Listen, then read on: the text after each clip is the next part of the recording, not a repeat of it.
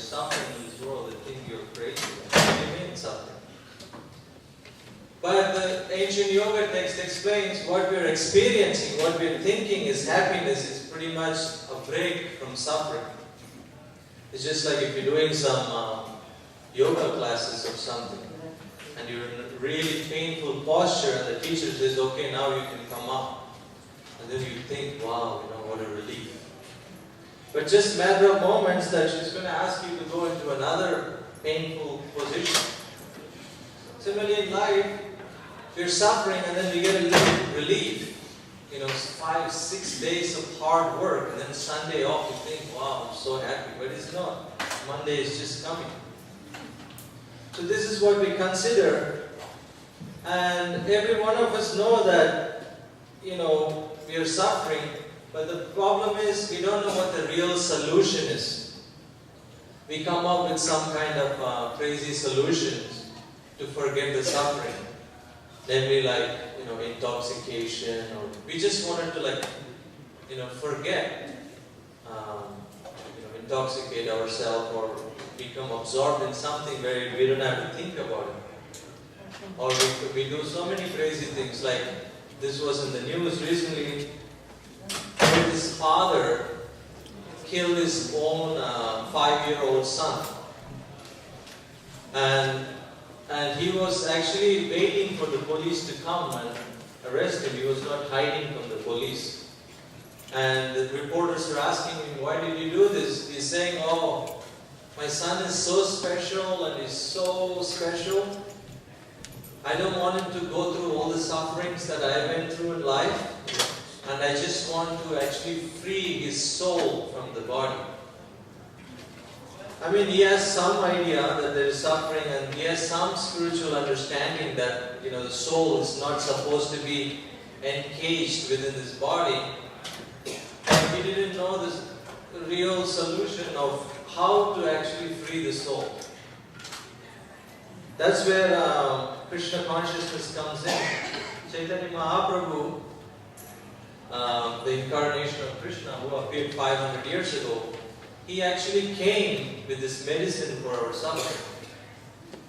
In Bengali he says, Enechi Aushadhi Maya Nasi Baralagi Harinama Mahamantra Lavatumi Magi. He says, for so many birds you have slept. He's talking to the spirit soul, each one of us. We have slept in the lap of the illusory energy called Maya. But finally I have come with a medicine that will free you from this illusion. And the medicine Chaitanya Mahaprabhu has brought is this congregational chanting of this Hare Krishna Mahamantra. That's why when you come to a Hare Krishna temple, you see people are chanting again and again. You may wonder, even when I went to the temple for the first time, why are they chanting the same thing again and again? Hare Krishna and Rama. There's so many thousands of Vedic mantras. Why we stuck to these 3 words? But this is a very powerful medicine.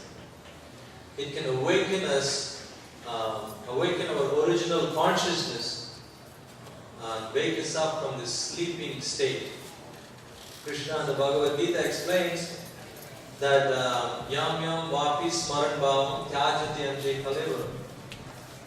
That life is basically a preparation for death. Death is like a final examination.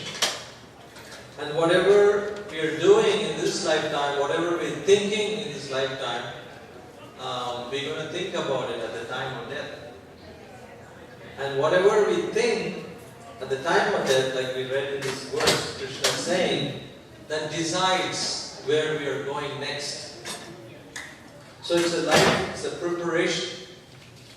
It's like this pastime from Lord Chaitanya's pastime. There was this one Brahmin. He was actually holding on to his tongue. And he was struggling as he was going to the restroom. He was going to the toilet. And this little kid who was a devotee of Krishna, he saw this older man and said, why are you holding on to your tongue?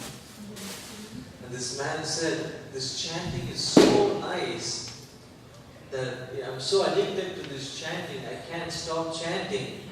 But it's so sacred and holy, I don't want to go into the toilet with this chanting.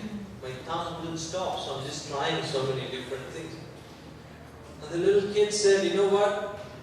The names of Krishna are sacred, but they're so powerful and so pure.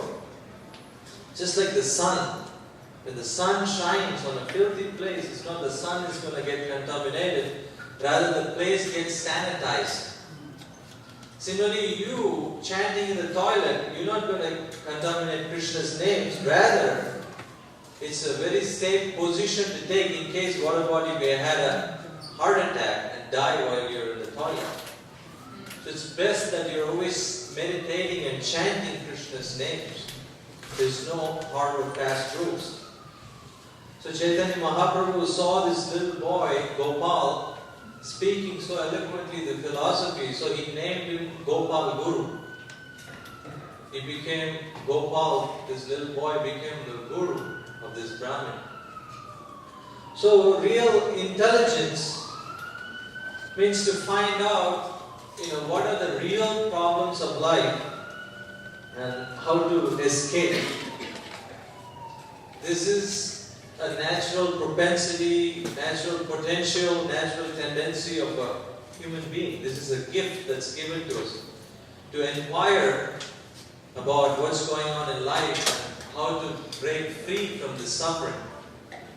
But because in this day and age we are living, we are knowingly, unknowingly, we commit so many bad karmic activities, sinful activities, that our heart becomes like hardened, like a desert.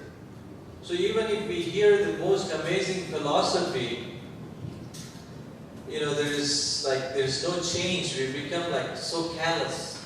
Just like when you have callus in your hands or feet, you touch something, you can't feel it. The heart has become hardened like that. Prabhupada tells this joke, I was listening. There was a person who needed a heart surgery, needed a